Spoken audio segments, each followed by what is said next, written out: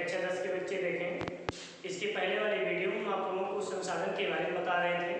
शुरुआत कर चुके थे कि संसाधन कितने प्रकार के होते हैं। आपको बताया गया है कि संसाधन को उत्पत्ति के आधार पर दो प्रकार का होता है। संसाधन को उत्पत्ति के आधार पर दो भागों में वर्गीकृत किया जाता है। नंबर 1 है जैव संसाधन, नंबर 2 है अजैव संसाधन।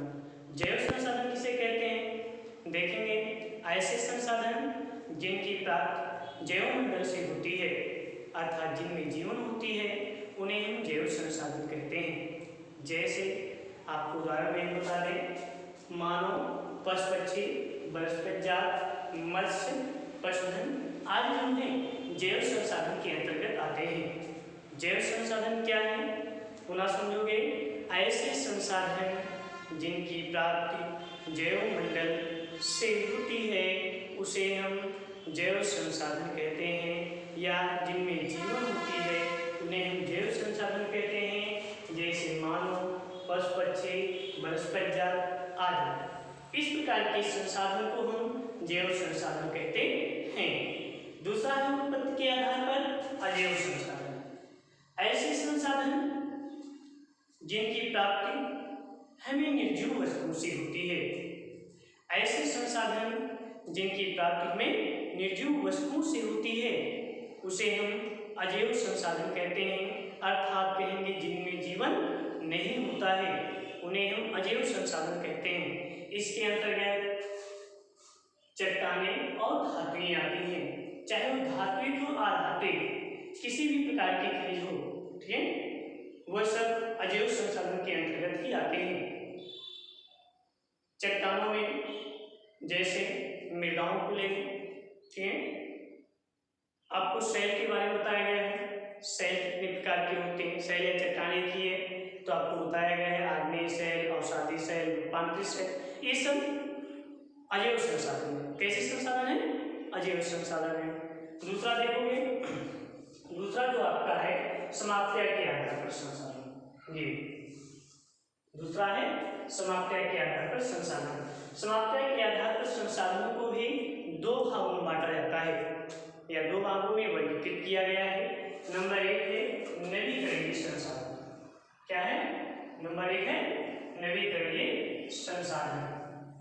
अब नवीकरणीय संसाधन किसे कहते हैं जानोगे, ऐसे संसाधन जो भौतिक, रासायनिक और यांत्रिक प्रक्रियाओं के द्वारा, समझोगे, ऐसे संसाधन जो भौतिक, रासायनिक और यांत्रिक प्रक्रियाओं के द्वारा उन्हें पुनः पूरित या चक्रीय विधि द्वारा नवीकृत किया जा सकता है, किया जाता है। इस प्रकार के उन प्रकार या इस प्रकार के संसाधनों को नवीकरणीय संसाधन कहते हैं। पुनः समझोगे, नवीकरणीय संसाधन किसे कहते हैं? ऐसे संसाधन जिन्हें भौतिक, रासायनिक और यांत्रिक प्रक्रियाओं के द्वारा पुनः नवीकृत किया जा सकता है या किया जाता है या पुनः पूरित किया जा सकता है। ऐसे संसाधन को नवीकरणीय संसाधन कहते हैं। जैसे आपको बताएं पवन ऊर्जा, पवन ऊर्जा, दूसरा है सौर ऊर्जा, तीसरा है ज्वारीय ऊर्जा, भूतापीय ऊर्जा आदि। ये सभी संसाधनों को नवीकरणीय संसाधन कहते हैं। जैसे आपसे कोई पूछता है कि इन 3 नवीकरणीय संसाधनों के नाम बताओ या संसाधनों को बताओ, तो आपको बताओगे पवन ऊर्जा, सौर ऊर्जा, ज्वारीय ऊर्जा, भूतापीय ऊर्जा। ये सब जो है नवीकरणीय संसाधन हैं। इनकी मात्रा हमारे प्रदेश में असीमित है। अगर हम इनका लगातार उपयोग करते रहें तब भी ये कभी समाप्त होने वाले संसाधन नहीं है। इसमें समाप्ति के आधार पर संसाधनों में दूसरा संसाधन है अनवीकरणीय संसाधन। देखोगे क्या है? अनवीकरणीय संसाधन, ध्यान दीजिएगा। अनवीकरणीय संसाधन किसे कहते हैं? ऐसे संसाधन जो एक लंबे भूवैज्ञानिक अंतराल के बाद अस्तित्व में आए हैं। पुनः समझोगे, ऐसे संसाधन जो एक लंबे भूवैज्ञानिक अंतराल के बाद अस्तित्व में आए हैं। इनकी मात्रा हमारे प्रदेश में सीमित है। इन्हें एक बार उपयोग कर लेने के बाद ये समाप्त हो जा रहे हैं। अगर हम ऐसे संसाधनों का लगातार उपयोग करते रहें तो आने वाले समय में ये समाप्त होने वाले हैं या समाप्त हो सकते हैं। अर्थात अनवीकरणीय संसाधन ऐसे संसाधन जो एक लंबे भूवैज्ञानिक अंतराल के बाद अस्तित्व में आए हैं और जिनकी मात्रा सीमित है, उन्हें हम अनवीकरणीय संसाधन कहते हैं। अनवीकरणीय संसाधनों को पुनः भौतिक, रासायनिक और यांत्रिक प्रक्रियाओं के द्वारा पूरित नहीं किया जा सकता है। ऐसे संसाधन को अनवीकरणीय संसाधन कहते हैं। जैसे खनिज, खनिज में कोयला, खनिज में क्या? कोयला, कोयला है। कोयला एक ऐसा संसाधन है जिनका एक बार उपयोग कर लेते हैं लेकिन इनको पुनः प्राप्त नहीं कर सकते हैं। इसके बाद जीवाश्मी ईंधन। जीवाश्मी ईंधन क्या है? जीवाश्मी ईंधन में जैसे पेट्रोल है, केरोसिन है, मिट्टी का तेल, डीजल है, प्राकृतिक गैस है। अगर हम इन लोगों का एक बार उपयोग कर लेते हैं या कर लिए हैं तो ये समाप्त हो जाएगा, ठीक है। और इनकी मात्रा जो है हमारे प्रदेश में क्या है? सीमित है। ऐसे इस प्रकार के संसाधनों को हम अनवीकरणीय संसाधन कहते हैं। जैसे खनिज, जीवाश्मी ईंधन, तेल, ठीक है। अब इसके बाद चलते हैं तीसरा पॉइंट जो आपका है स्वामित्व के आधार पर संसाधन कितने प्रकार के होते हैं।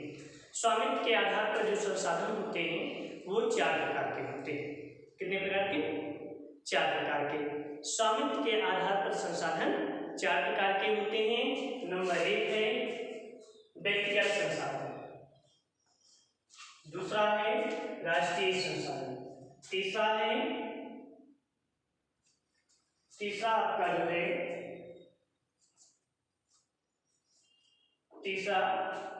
सामुदायिक स्वामित्व वाले संसाधन, राष्ट्रीय संसाधन, ये आते हैं। तो देखोगे स्वामित्व के आधार पर संसाधन कितने प्रकार के होते हैं। स्वामित्व के आधार पर संसाधन 4 प्रकार के होते हैं, आपको बता चुका हूं मैं। नंबर 1 है व्यक्तिगत संसाधन, नंबर 2 है सामुदायिक स्वामित्व वाले संसाधन, तीसरा है राष्ट्रीय संसाधन, चौथा है अंतरराष्ट्रीय संसाधन। ये 4 प्रकार के संसाधन हैं। तो हमें जानना आवश्यक है कि व्यक्तिगत संसाधन क्या है। व्यक्तिगत संसाधन क्या है? ठीक, व्यक्तिगत संसाधन क्या है? ठीक है। ऐसे संसाधन जो निजी व्यक्तियों के स्वामित्व के अधिकार में होते हैं उसे हम व्यक्तिगत संसाधन कहते हैं। जैसे क्या कहेंगे? ऐसा संसाधन जो किसी एकल व्यक्ति के अधिकार में है उसे हम व्यक्तिगत संसाधन कहते हैं। जैसे किसी व्यक्ति का बाग हो, किसान, किसी का तालाब हो, कुआं, या किसी किसान का खेत हो, तो वह उसका क्या हुआ? व्यक्तिगत संसाधन हुआ कि नहीं हुआ? पुनः समझोगे, ऐसे संसाधन जो किसी निजी व्यक्ति के अधिकार में या स्वामित्व में हो उसे हम व्यक्तिगत संसाधन कहते हैं। जैसे और उसका मालिकाना हक भी उसी का हो, ठीक है, उस पर। जैसे बाग है, तालाब है, कुआं है, किसी किसान का खेत है, ये सब जो है संसाधन व्यक्तिगत संसाधन है, ठीक है। इसके बाद आपका दूसरा आता है राष्ट्रीय संसाधन। समझा देते हैं राष्ट्रीय संसाधन किसे कहते हैं। राष्ट्रीय संसाधन देश में पाए जाने वाले समस्त संसाधनों को भौतिक और तकनीकी के द्वारा विकसित, देश को विकसित करने के लिए अगर उपयोग किया जाता है तो उसे हम राष्ट्रीय संसाधन कहते हैं। पुनः समझोगे, देश में पाए जाने वाले समस्त संसाधन के तकनीकी रूप से राष्ट्रीय संसाधन कहते हैं। जो आवश्यकता पड़ने पर सरकार राष्ट्र के अंदर किसी सीमाओं के अंदर स्थित संसाधनों का देश के विकास के कार्यों में लगाने के लिए अगर उसका उपयोग करता है तो उसे हम राष्ट्रीय संसाधन कहते हैं। राष्ट्रीय संसाधन में जैसे जल संसाधन, वन संसाधन है, ये देश का राष्ट्रीय संसाधन है। कैसा है? राष्ट्रीय संसाधन है। इसके बाद तीसरा जो संसाधन है सामुदायिक स्वामित्व वाले संसाधन। क्या है? सामुदायिक स्वामित्व वाले संसाधन किसे कहते हैं? देखोगे, सामुदायिक स्वामित्व वाले संसाधन समुदाय के सभी सदस्यों को ये संसाधन उपलब्ध होते हैं। अर्थात इस प्रकार के संसाधन जिनका अधिकार समुदाय के सभी लोगों का होता है उसे हम सामुदायिक स्वामित्व वाले संसाधन कहते हैं। जैसे किसी गांव का या किसी गांव की चारागाह की भूमि, इस सामुदायिक संसाधन है, इस पे सबका अधिकार होता है। दूसरा है सार्वजनिक तालाब किसी गांव, ठीक है, इस पे गांव के सभी सदस्यों का अधिकार होता है। दूसरा है शमशान भूमि, ये भी सामुदायिक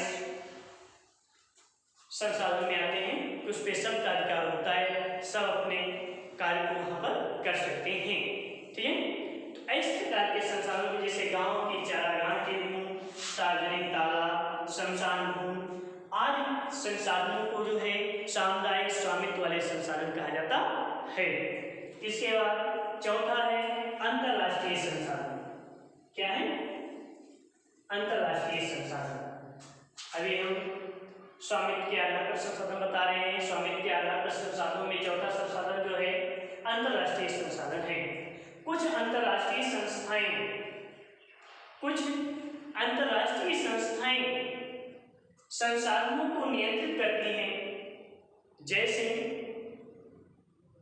तट रेखा से 200 समुद्री मील की दूरी से परे खुले महासागरीय संसाधनों पर किसी देश का अधिकार नहीं होता है, उस पर अंतरराष्ट्रीय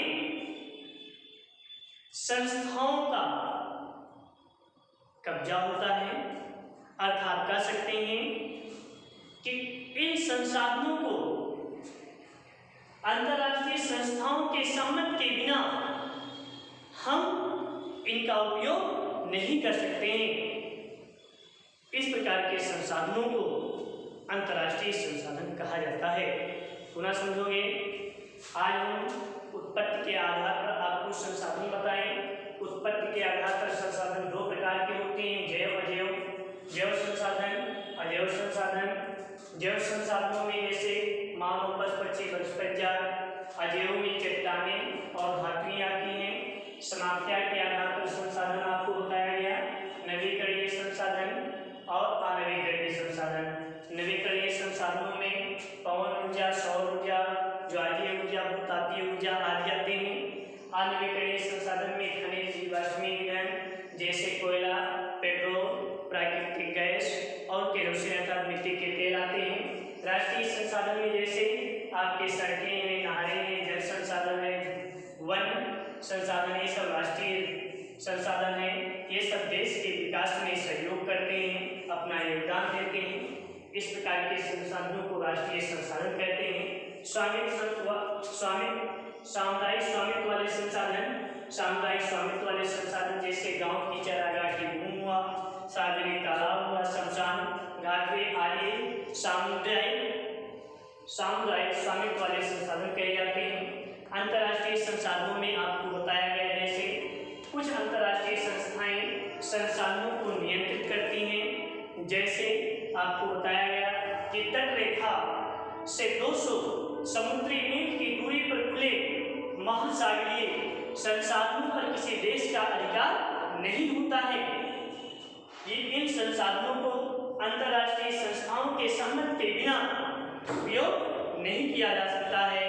इस प्रकार के संसाधनों को अंतर्राष्ट्रीय संसाधन कहते हैं। इसके बाद अब आता है विकास के स्तर के आधार पर संसाधन।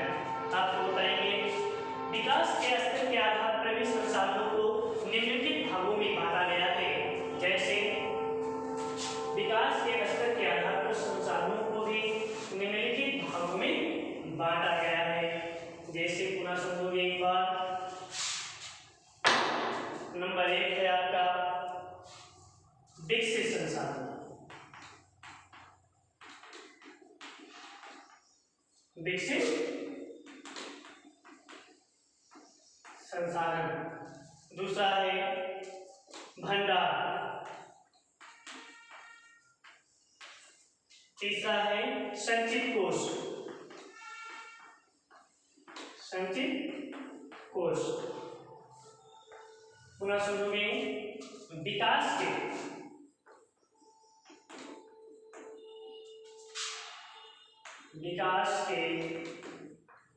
स्तर के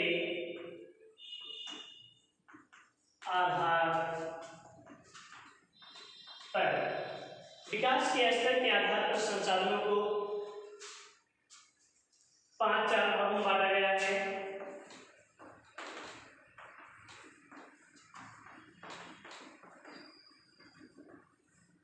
नंबर 1 है विकसित संसाधन, नंबर 2 है भंडार, नंबर 3 है संचित कोष, नंबर 4 है संभावित संसाधन। अब देखोगे संभावित संसाधन किसे कहते हैं। पहले हम ये शुरू करते हैं संभावित संसाधन से, ठीक है, क्योंकि जब तक आपको संभावित संसाधन नहीं समझ में आएगा तब तक आपको भंडार और संचित कोष नहीं समझ में आएगा, ठीक है। तो संभावित संसाधन किसे कहते हैं? ऐसे संसाधन जो किसी प्रदेश में विद्यमान होते हैं लेकिन इनका उपयोग तभी किया जा सकता है जब जरूरत पड़ने पर ही इनका उपयोग किया जा सकता है या आवश्यकता के अनुसार इनका उपयोग किया जा सकता है। जैसे आपको बताएं किसी प्रदेश में स्थित कोयला है, उसका उपयोग तभी किया जा सकता है जब उसकी उपयोगिता होती है, ठीक है। किसी प्रदेश में स्थित यूरेनियम है, यूरेनियम का उपयोग तभी किया जा सकता है जब उसकी उपयोगिता होती है, जरूरत होती है। जैसे अभ्रक है, अभ्रक का उपयोग तभी किया जा सकता है जब उसका उपयोगिता है। इस प्रकार के संसाधनों को संभावित संसाधन कहते हैं कि आने वाले समय में इनका उपयोग किया जा सकता है, ठीक है। इसके बाद आपको संभावित संसाधन बताया जा रहा था कि ऐसे संसाधन जो किसी प्रदेश में विद्यमान है लेकिन इनका उपयोग नहीं किया जा रहा है, आने वाले भविष्य में आवश्यकता के अनुसार इनका उपयोग किया जा सकता है। हमने आपको भी कोयला बताया था, अभ्रक बताया था। इसके बाद आपको बता रहे हैं इसमें पवन के द्वारा हम ऊर्जा को प्राप्त कर सकते हैं, जल के द्वारा जल विद्युत ऊर्जा प्राप्त कर सकते हैं। ये हमारे संभावित संसाधन है, आने वाले समय में हमारे उपयोग में आ सकते हैं। दूसरा आपका है विकसित संसाधन। ऐसे संसाधन विकसित संसाधन ऐसे संसाधन को विकसित संसाधन कहते हैं जिनका सर्वेक्षण किया जा चुका है, जिनकी मात्रा और गुणवत्ता निश्चित है हमारे प्रदेश में, लेकिन इन्हें संभावित संसाधनों के रूप में ही रखा गया है। ऐसे संसाधनों को विकसित संसाधन कहते हैं। जब भी देश में उपलब्ध तकनीकी और प्रौद्योगिकी में आवश्यकता पड़ेगी तब इनका उपयोग किया जा सकता है। इस प्रकार के संसाधनों को विकसित संसाधन कहते हैं। दूसरा है भंडार। हमारे पर्यावरण में उपलब्ध 2 ज्वलनशील गैसें ऐसी हैं जिनकी मात्रा असीमित है, लेकिन इन्हें प्रौद्योगिकी और तकनीकी के ज्ञान के अभाव में इनका उपयोग नहीं किया जा रहा है, जैसे हाइड्रोजन और ऑक्सीजन। ये इनकी मात्रा हमारे प्रदेश में अधिक है, अर्थात ये इनका भंडार है, लेकिन इनका उपयोग बहुत कम किया जा रहा है। दूसरा है संचित कोष। क्या है? संचित कोष। यह संसाधन भंडार का ही हिस्सा है जिन्हें उपलब्ध तकनीकी ज्ञान की सहायता से प्रयोग में लाया जा सकता है। आज के वीडियो में बस इतना ही। तब तक के लिए धन्यवाद।